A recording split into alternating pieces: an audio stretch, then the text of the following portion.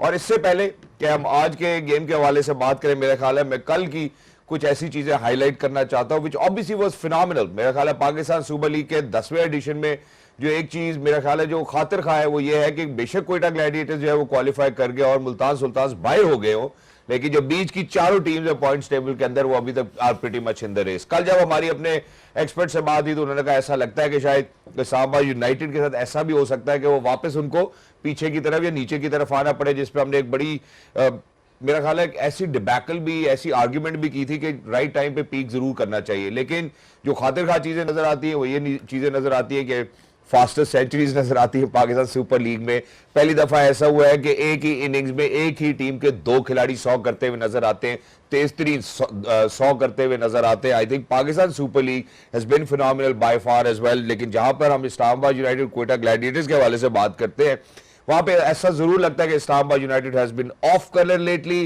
And Salman Ali Agha क्या सोच रहे थे टॉस जीतने के बाद, पिच देखने के बाद, क्या वो असेस नहीं कर पाए कि टॉस जीतने के बाद भी उन्होंने ये फैसला लिया कि जी हम जो है वो पहले फील्ड करेंगे। मेरा ख्याल है इन्हीं सब बातों के साथ अपने मौजूद मेहमानान का तारुफ कराना चाहता हूं।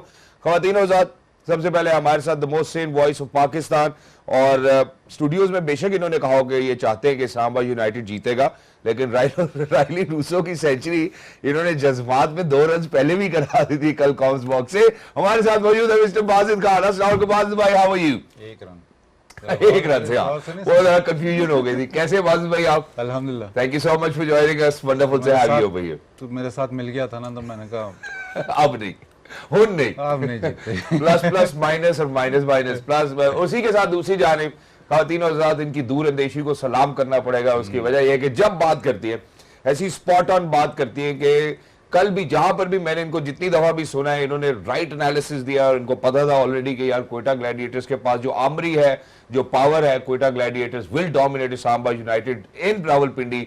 Ladies and gentlemen, the former skipper for Women's One Day International, Women's T20s, you know, the only person who's actually appeared in World 11 as well, representing Pakistan, gold medalist. She is Miss Sana Mir. Assalamu alaikum Sana. वालेकुम आज तो कोयटा में run कर लिया आपने। बस क्या बात है। कैसी हैं आप? ठीक है, अल्लाह का शुक्र, ठीक ठाक। Thank you so much for joining us, wonderful to have you here. एक और भी फायदा दूर अंदेशी, ये दूर से देख भी लेती हैं, ये अपने घर से ही ना ग्राउंड इनको नजर आ जाता है। अब क्या करें, आपने ग्राउंड बुलाया नहीं, वहां से ग्राउंड देख लेती, घर के ऊपर से उधर से ही देख लेती हैं कि क्या हो रहा है। अच्छी बात है सर, करीब से देखते हैं, ये मैं नहीं पता चलता, ये वहीं से बता रही हैं कैसे होगा। असल में मुझे और आपको देखें बाजी भी ऐनक लगी हुई, उनको ऐनक भी नहीं लगी हुई, इस वजह से भी वो दूर देख सकती। सबसे पहले सर जरा नजर डाल लेते हैं एक मैच समरी पे, फिर उसके बाद मजीद आगे बढ़ते हैं। इस्लामाबाद यूनाइटेड का गलत फैसला, bad toss to win. Quetta Gladiators को पहले बल्लेबाजी कराते हैं Rilee Rossouw, right from the word go हमें ऐसे स्ट्राइक करते हुए नजर आते हैं, ऐसे बैफल करते हुए बॉलर्स को नजर आते हैं कि बॉलर्स को समझ नहीं आता है इस्लामाबाद यूनाइटेड की हम क्या करें। 104 46 एंड देन हसन नवाज अपनी सेंचुरी मुकम्मल करते हैं 20वें ओवर की आखिरी गेंद पे, नॉट आउट जाते हैं। उसके बाद Saud Shakeel certainly happens to be great captain, he is proving it. मेरे ख्याल 5 मैचेस की विन स्ट्रीक इनके लिए हो चुकी है। इमाद वसीम दूसरी जानिब नजर आते हैं कि जिन्होंने अटैक ओपन किया है उसके बाद वो अच्छा नहीं रहा, लेकिन दूसरी तरफ इमाद की बारी करते हैं तो I think it was only Imad with 56, Quetta Gladiators winning by 109 runs. मैं जरा पहले Quetta Gladiators की जानिब बढ़ना चाहता हूँ। जी सना, how do you see yesterday's game? I think a team that was in form, जिसका एक मोमेंटम कैरी हो रहा था, उसने कैरी किया, और जो टीम स्ट्रगल कर रही थी वो हमें स्ट्रगल करते हुए नजर आई। क्रिकेट में ऐसे ही है, जब आप क्लिक करना शुरू होते हैं एज ए टीम तो आप बड़ी से बड़ी टीम को मुश्किल से मुश्किल सिचुएशन को खेल जाते हैं, और जिस वक्त आपकी कुछ मिसिंग एलिमेंट्स आने शुरू हो जाते हैं तो वहाँ पर आपकी अच्छे से अच्छा कॉम्बिनेशन ख़राब होना शुरू हो जाता है। तो यही इस्लामाबाद और कोयटा के साथ हुआ है। कोयटा में एक जो हंगर नज़र आ रही है इस वक्त, वो बड़े अरसे के बाद एक नज़र आ रही है। सऊद शकील की कैप्टनसी हो, साथ उनके सीनियर प्लेयर्स का हो, रायली रूसो का पिछले मैच की जो इनिंग्स थी वहाँ से मुझे फील हो रहा था कि शायद ही विल मेक रन्स के रन आउट हुए थे।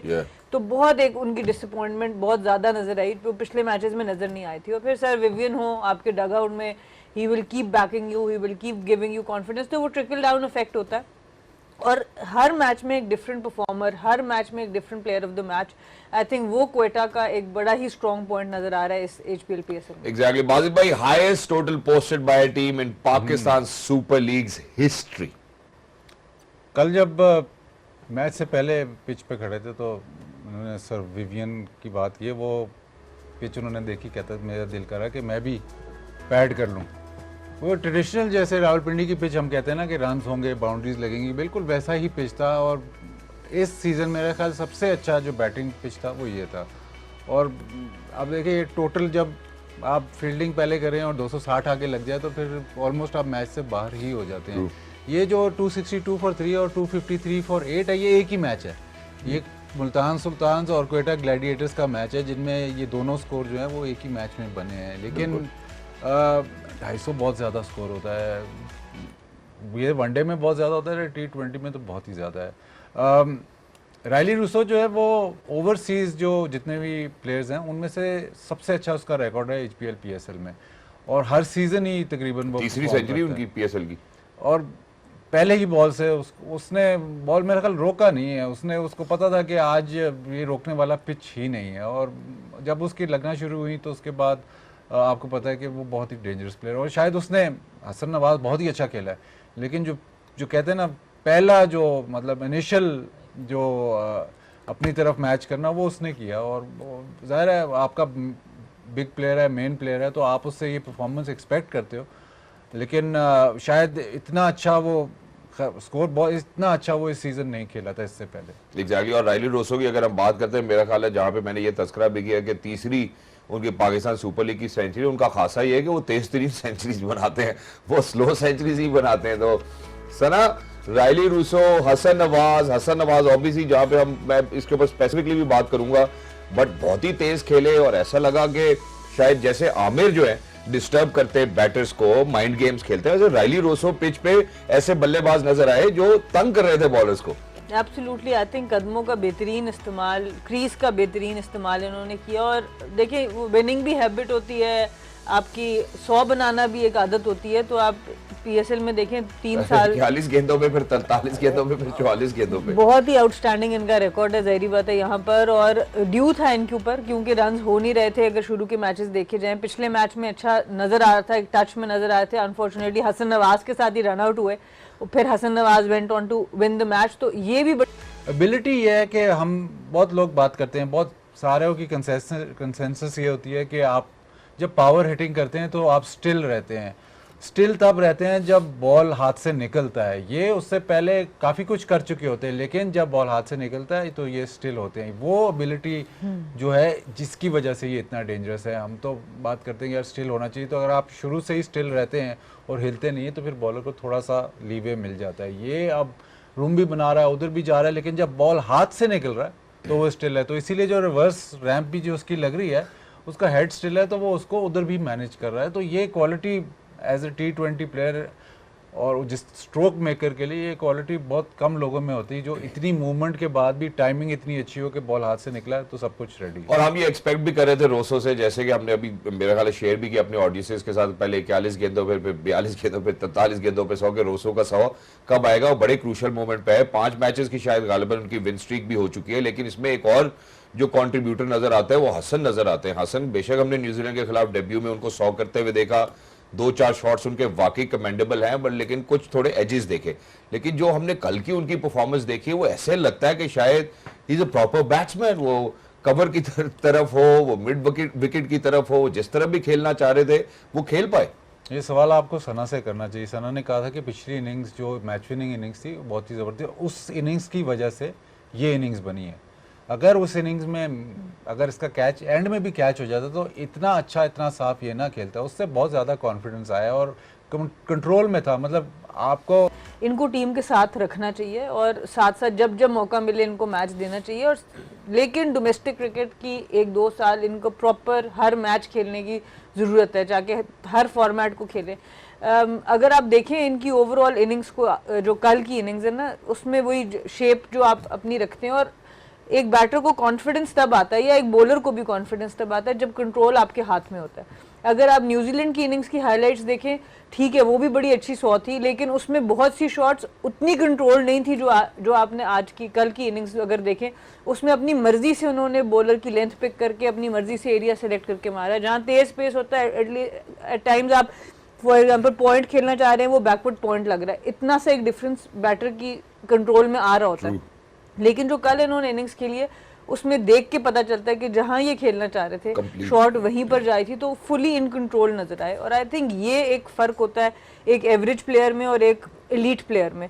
तो जितनी इनिंग्स ये इस तरह की खेलते जाएंगे तो आहिस्ता आहिस्ता ये अपना नाम उस के अच्छे पोटेंशियल प्लेयर से एलीट प्लेयर की तरफ लेके जाएंगे। तो उसमें सिर्फ डिफरेंस जो होता है वो कंट्रोल का होता है कि आपके हाथ में कंट्रोल, आप अपनी मर्जी से हर शॉट खेल सकते हैं। एग्जैक्टली और ऐसे ही कंट्रोल जो कि पावर हिटर के हाथ में, मेरा ख्याल है उसके लिए पाकिस्तान को बड़ा फायदा हो सकता है। क्योंकि बाजिद भाई, अगर हम अपने पावर हिटर्स के हवाले से बात करते हैं, वो चाहे इफ्तिखार और रीसेंट पास्ट में, या फिर हम आसिफ की बात करें या फखर की भी बात करें टू सम एक्सटेंट, अब तो फखर का बल्ला भी ऑब्वियसली दूसरी तरफ जरूर खुलता है, लेकिन हमें ज्यादातर इनकी जो हार्ड हिटिंग नजर आती है या पावर हिटिंग नजर आती है टुवर्ड्स मिड विकेट नजर आती है या टुवर्ड्स लॉन्ग ऑन नजर आती है। हसन में जो एबिलिटी अभी नजर आ रही है कि ये हर तरफ खेल सकते हैं, आपको लगता है कि आने वाले वक्त में इनकी यूटिलिटी पाकिस्तान के लिए इंपॉर्टेंट होगी?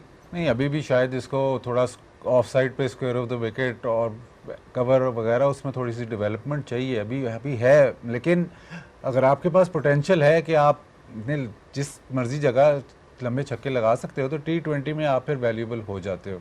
और जब ये हिट मारता है तो वो इस मैच में स्पेशली आपको लग रहा था कि ये हिट मारेगा तो बाउंड्री से बाहर ही जाएगा, बल्कि मैं बाउंड्री के बाहर ही खड़ा था, तो आखिरी ओवर शायद तो मिड ऑन पे ही खड़ा था जी।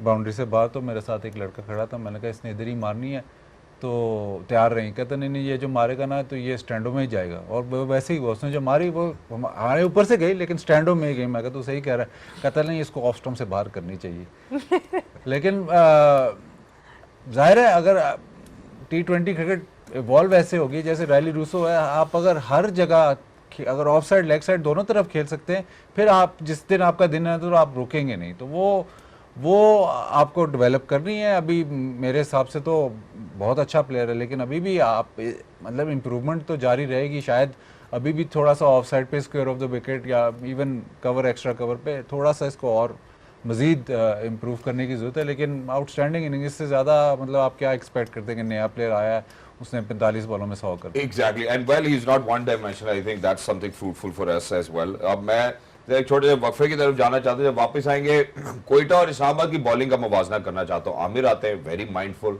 आई थिंक वो भी बैफल करते हैं बैटर्स को। और जिस तरह से इस्लामाबाद यूनाइटेड को कल कोयटा के बॉलिंग लाइनअप ने रैप अप करके वापस गिफ्ट पैक बना के भेजा, I think Islamabad United must be thinking what are we doing wrong. Highest total होता है पाकिस्तान सुपर लीग में, एक ही इनिंग्स में 2 खिलाड़ी आते हैं और सेंचुरी करके जाते हैं। There's something grief going on within Islamabad United. We'll speak about it after a short break. Don't go anywhere. We'll be right back. Game on है।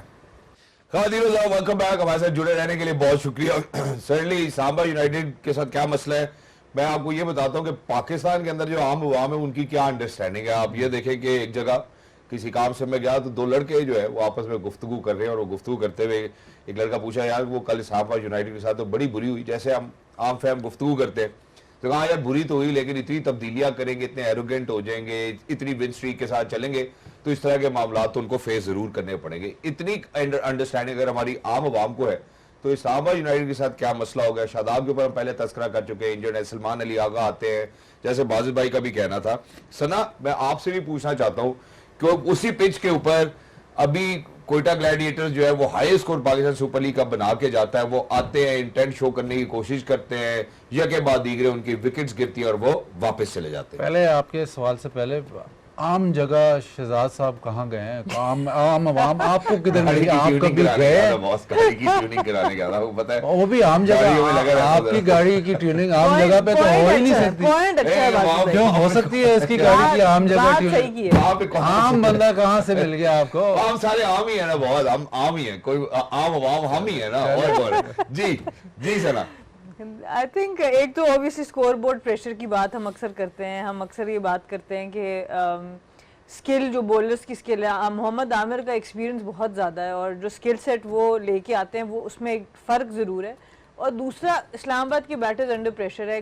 जिस वक्त तक कायल मेयर्स टॉप पर नहीं खेल रहे थे, मुझे लग रहा था इस्लामाबाद की यूनाइटेड की ओवरऑल कॉम्बिनेशन बेहतर नज़र आ रहा है। अब उनको एडजस्ट करने के चक्कर में वो वाली परफॉर्मेंसेज उनसे आ नहीं रही, तो वो जो टॉप से आपको एक स्टार्ट मिलता था वो भी नहीं मिला। और फिर 1 डाउन पे आपके पास कॉलिन मनरो होते थे, वो भी कल इनके पास नहीं थे।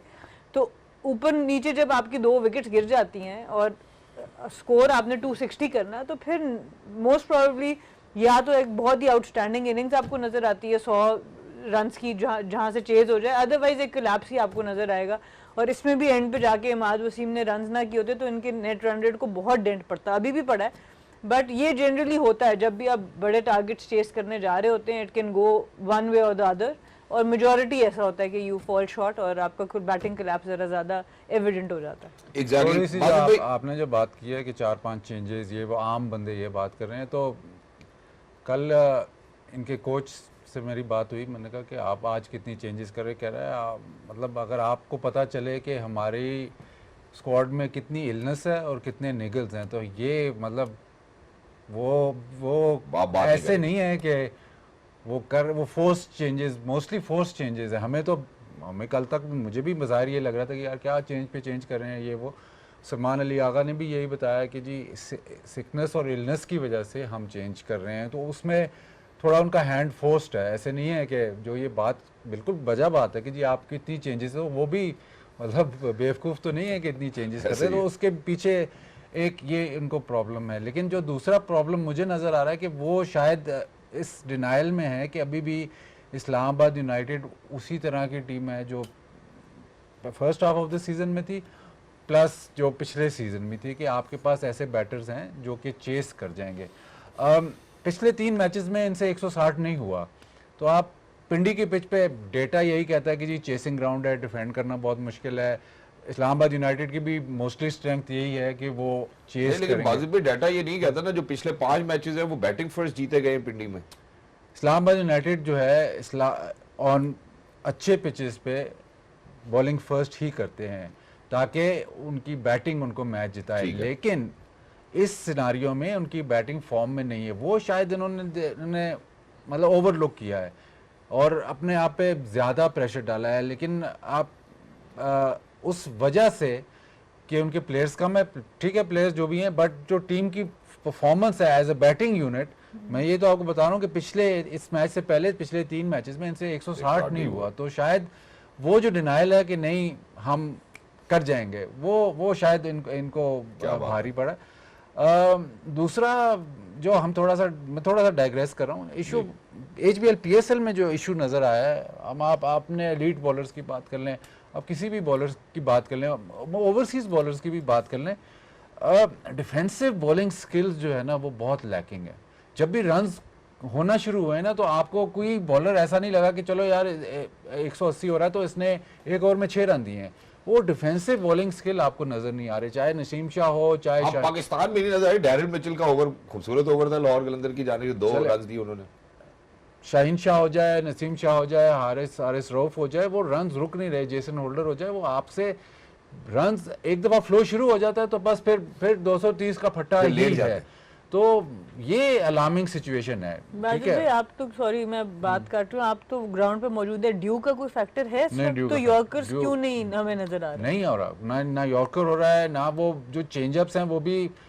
खैर कल पिच बहुत अच्छा था तो आप अफोर्ड ही नहीं कर सकते थे कि आप लेंथ बॉल करो, लेकिन कहीं ना कहीं इवन आमिर नए बॉल से बहुत ज़बरदस्त बॉलिंग कर रहे हैं, लेकिन अगर मैच डीप जाए तो फिर डिफेंसिव बॉलिंग स्किल में कोई भी बॉलर, अभी HBL PSL में मुझे याद नहीं पड़ रहा कि कोई भी बॉलर जो है वो रोक सक रहा हो। ये एक आलमी मसला है। ये हम तो कह रहे हैं कि 200 हो रहा है, ठीक है 200 हो रहा है, अगली टीम चेस नहीं करी, वो अलग बात है, बट सिर्फ अगर आप आइसोलेशन में बॉलिंग सारी टीमों की बॉलिंग देखें तो ऊपर से आउट करके मैच ख़त्म कर देते हैं, लेकिन अगर रन्स होना शुरू हो जाएं वापस नहीं आ रहे। ये बात आपने बड़ी अच्छी की है, लेकिन इसमें बाज़ थोड़ा सा बॉलर्स के पर्सपेक्टिव से भी बात करना जरूरी है। वो ये है कि जब when there is no respite for bowlers within the pitch. देखिए बिल्कुल आपकी बात बिल्कुल बजा है, लेकिन T20 क्रिकेट है, ये हमें सबको पता है कि रिस्पाइट नहीं होनी, हमको सबको पता है कि रन्स होने हैं बिल्कुल, लेकिन कहीं किसी मैच में यार उसने आके थोड़ा सा रोक दिया।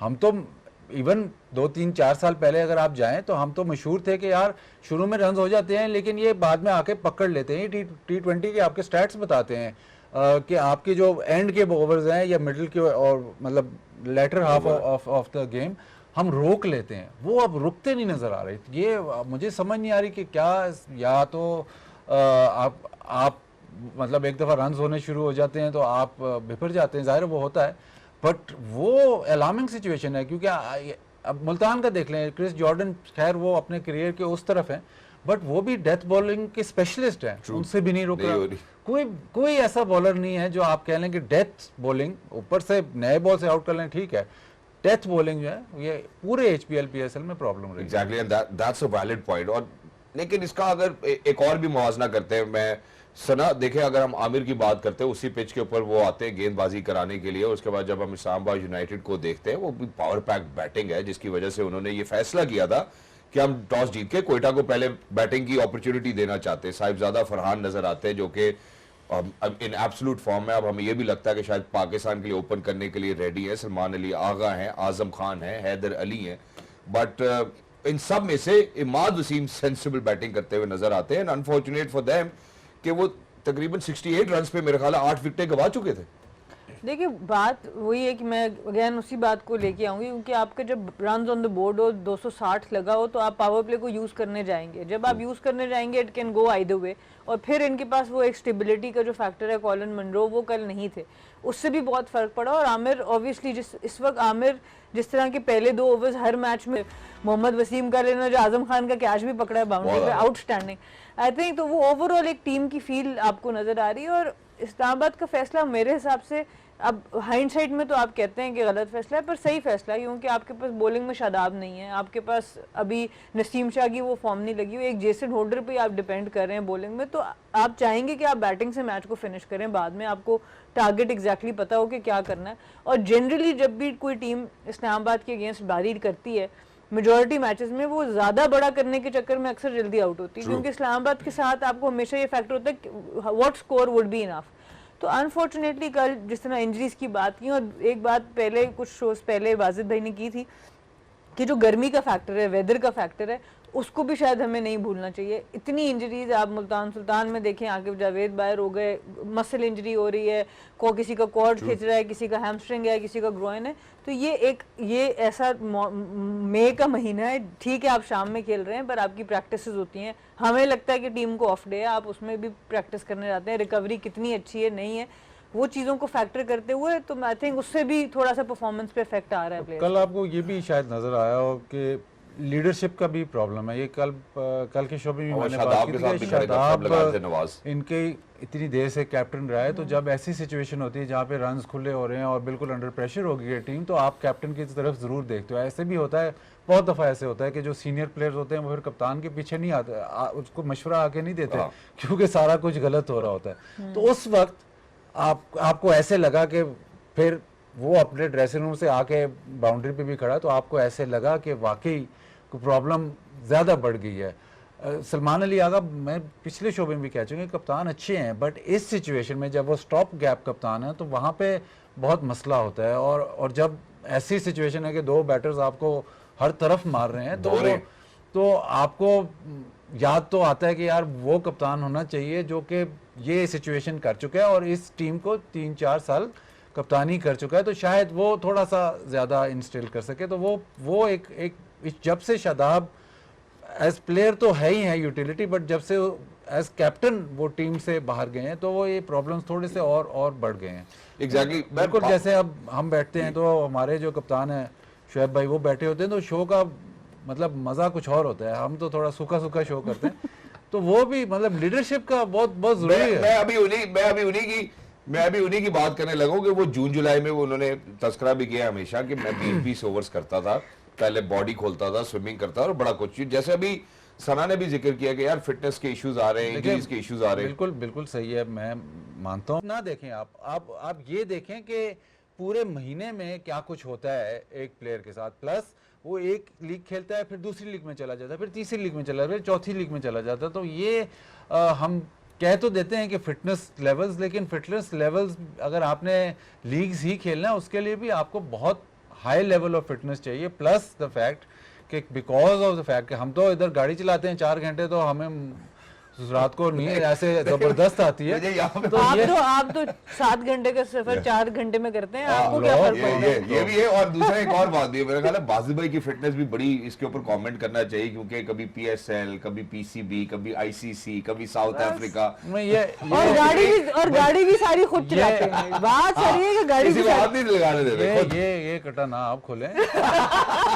सुबह 9 बजे से आप शुरू होते हैं शाम 7 बजे तक, तो वो ऐसे कटे ना आप तो फॉग में नहीं छोड़े आप ये बात। और फिटनेस पे सिर्फ एक चीज मैं जरूर ऐड करूंगी कि जो अब फील्डिंग स्टैंडर्ड्स है ना वो भी बहुत ज्यादा हो गए। पहले जमाने में अगर दूर से बॉल जा रहा होता था तो जाने देते थे। आज अगर एक बॉलर ऐसे करे, फास्ट बॉलर हो या स्पिनर हो, कोई भी करे, तो उसके ऊपर आप टीम से बाहर बैठ भी सकते हैं उसका लैक ऑफ कमिटमेंट की वजह से। तो अब जो प्लेयर्स के ऊपर फिजिकल प्रेशर भी है और जो स्टैंडर्ड्स का प्रेशर भी है वो भी काफी फर्क है पहले की निस्बत। तो एग्जैक्टली मेरा ख्याल है कि वो फखर का शायद मुझे कोई किस्सा याद आया कि उन्होंने जो है वो डाइव मार के कोई गेंद छोड़ दी और वो चौके के लिए चली गई, तो कप्तान ने जब उनसे पूछा कि भाई तुमने क्यों छोड़ दी, पहले क्यों डाइव मारी, उन्होंने कहा सर मैंने देख लिया था वो 5 मार ले रहे, अगर 5 रन भाग के बना लेते तो बड़ी शर्मिंदगी होती है। सोहेल खान, अच्छा अब एक तो सबसे पहले जो अपने फिटनेस के हवाले से बात की उसमें तो ऑब्वियसली ये प्लेयर्स की चॉइस है कि वो इतनी लीग्स खेलना चाहते हैं व्हाटसोएवर। एक और बात जो अभी बाजू में आपने की जो ग्रीफ है वो ये है कि कोई भी डेथ ओवर्स में आपको नजर नहीं आता है रन्स रोकते हुए ऐसी बॉलिंग नजर आई।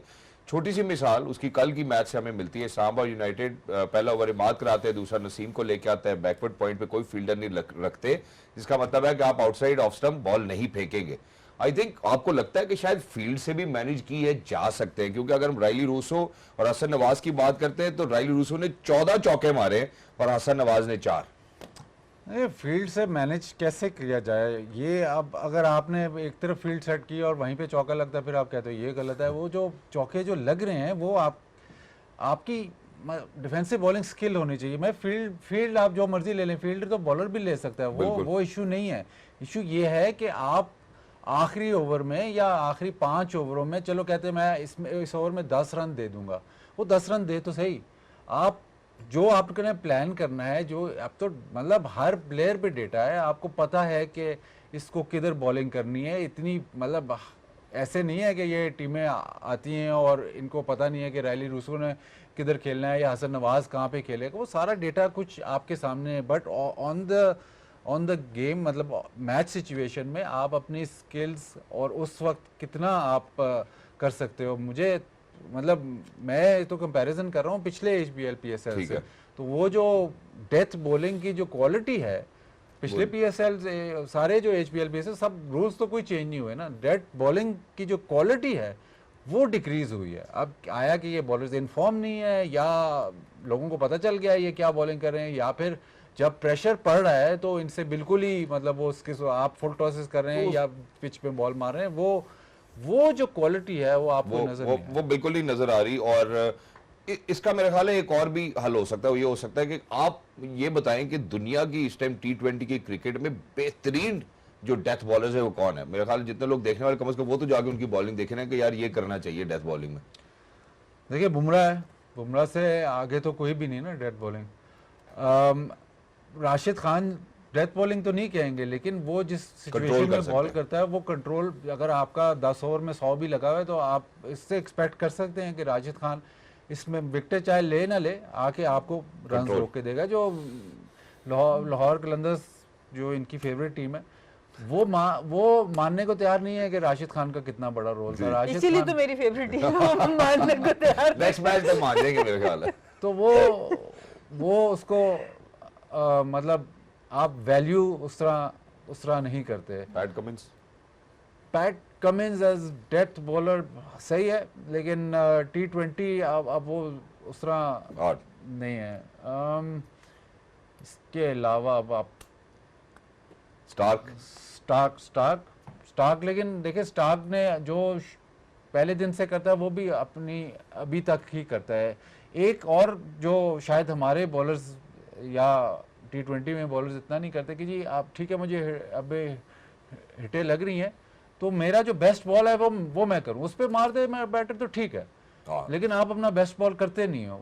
वो भी एक मतलब आप कहते नहीं जी इसको स्लोअर कर दूं या इसको इधर कर दूं उधर कर दूं, लेकिन जब इस किस्म की सिचुएशन जहाँ पे हर बॉल ही बाउंड्री पे जा रहा है तो फिर आप उस ये क्लैरिटी थोड़ी चाहिए होती है कि उस पे चले जाओ कि जी भाई मैं अपना बेस्ट बॉल करूं, जो आपको इस वक्त नजर नहीं आ रहा। मैं सर जरा एक छोटे से वक्फे की जानिब बढ़ना चाहता हूं। Ladies and gentleman, stay with us, there is quite a lot of development with regards to Pakistan Super League. Will come back after a short break, don't go anywhere, will be right back. Game on है रहेगी खवातीनो साहब, welcome back, thank you so much for staying with us. जहाँ पे मैंने कहा कि recent developments पे हम नजर डालना चाहते हैं, तो सबसे पहले ना पॉइंट्स टेबल देखना बहुत जरूरी है, क्योंकि जब हम पेशावर ज़ल्मी की या कराची किंग्स की बात करते हैं तो कराची किंग्स के लिए तो मेरा ख्याल है कि ये मैच जो है जो होना है डू और डाई सिचुएशन होगी, और Peshawar Zalmi still can manage जब वो लाहौर कलंदर्स के साथ गेम होगा। मैं जरा बाजू भाई आपसे भी पूछना चाहता हूँ, how do you see it, और इसका क्या टर्नआउट्स हो सकते हैं of the games which they have ahead? देखिए, टर्नआउट तो बहुत ज़्यादा हैं। जो मैच लाहौर कलंदर्स और पेशावर का है, शायद वो अगर लाहौर कलंदर्स हार जाता है तो बिल्कुल ही क्लियर हो जाता है, लेकिन अभी भी इन सारे कोई भी क्वालिफाई नहीं हो रहा, तो पेशावर ज़ल्मी और कराची किंग्स अगर मैच जीता है तो वो पार हो जाता है। पेशावर अगर मैच हार भी जाता है तो उनके पास एक और मौका है टू गेट टू 10। मेरे हिसाब से तो इस्लामाबाद यूनाइटेड यही दुआ कर रहा होगा कि कराची किंग्स जो है वो मैच जीत जाए, क्योंकि उससे ये होगा कि पेशावर ज़ल्मी जो है वो 8 पे ही रह जाएगा और एक मैच रह जाएगा, और लाहौर कलंदर्स 9 पे होगा। तो जो फिर उसमें से जो मैच जीतेगा वो फिर क्वालिफाई करेगा। तो इस्लामाबाद यूनाइटेड इस सिनेरियो में इस्लामाबाद यूनाइटेड जो है वो ये सोच रहा होगा कि आज कराची किंग्स मैच जीत जाए ताकि वो प्लेऑफ्स में। और आज अगर मैच बारिश की नजर हो जाता है, हाँ, फिर और इंटरेस्टिंग सिचुएशन हो जाती है, फिर तो एक पॉइंट आ जाएगा, फिर तो और मसला बन जाएगा फिर। लेकिन फिर भी वो फायदा फिर भी इस्लामाबाद यूनाइटेड को है, क्योंकि आखिरी मैच जो है पेशावर का वो मेरे लाहौर के खिलाफ है, तो दोनों टीमें 9 पॉइंट पे होंगी, तो जो जीतेगा वो क्वालिफाई कर जाएगा और जो हारेगा वो निकल जाएगा। सो प्रीटी मच सिचुएशन जो है वो सेम ही होगी। जी सना, मैं सना से मैं वैसे ही पूछना चाहता हूँ, सना पेशावर ज़ल्मी या कराची किंग्स? देखिए, ओवरऑल दोनों बड़ी ज़बरदस्त फॉर्म में नज़र आ रहे हैं, पर पेशावर का मुझे लगता है मोटिवेशन लेवल काफ़ी ज़बरदस्त रहेगा, क्योंकि अभी 2 मैचेस उनके पास बाकी हैं।